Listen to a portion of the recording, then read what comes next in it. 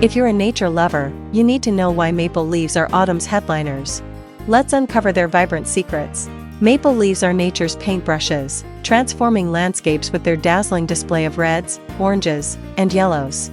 Each leaf is a masterpiece, with multiple lobes spreading out like fingers, forming a hand-shaped wonder.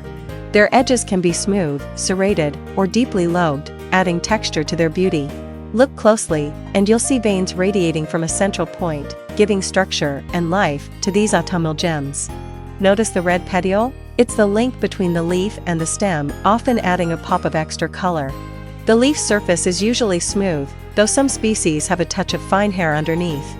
Maple leaves come in various sizes, but they always maintain a delicate, papery texture. Arranged in pairs opposite each other, they create a symmetrical dance along the stem. So next time you stroll through an autumn forest, take a moment to admire the maple leaves. They're not just leaves, they're nature's vibrant stars.